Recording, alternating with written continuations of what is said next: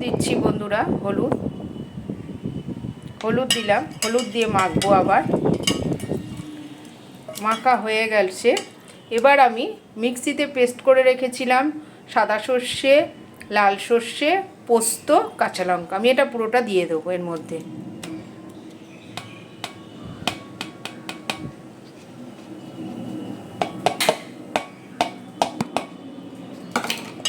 এবারে ভালো করে মাখবো।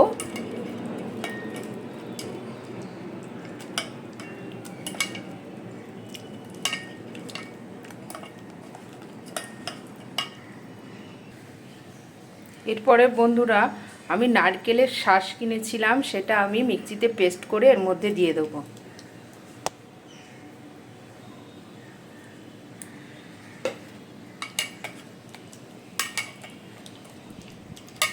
নারকেলের শাঁসটা দিয়ে ভালো করে মেখে নেব।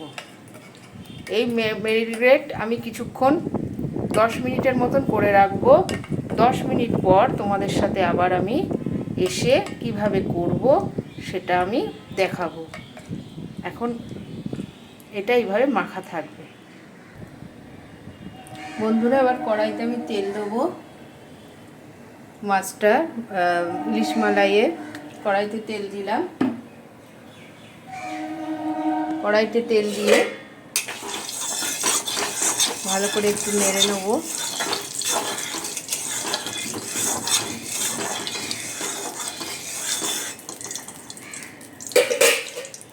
এবারে আমি 5 ফোড়ন দেবো। সোমবার 5 ফোড়ন দিলাম, তারপর শুকনো লঙ্কা দিলাম।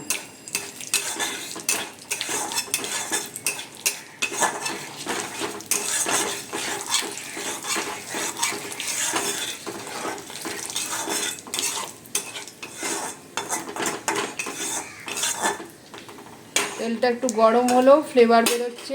তেল থেকে একটা শুকনো লঙ্কার ফ্লেভার বেরোচ্ছে তেল থেকে।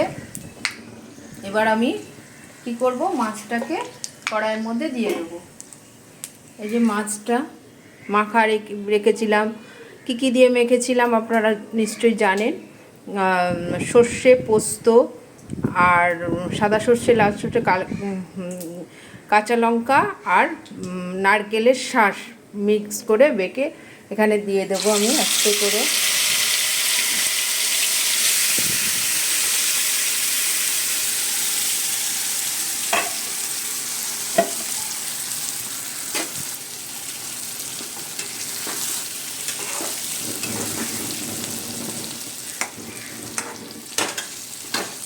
এই যে হচ্ছে, দেখুন বন্ধুরা, ইলিশ মালাই রেডি হয়ে গেছে। এই যে আমি নামিয়ে ফেলেছি। এই যে মাছ, এই যে মাছ, আস্তে করে তুলতে হবে নাহলে ভেঙে যাচ্ছে।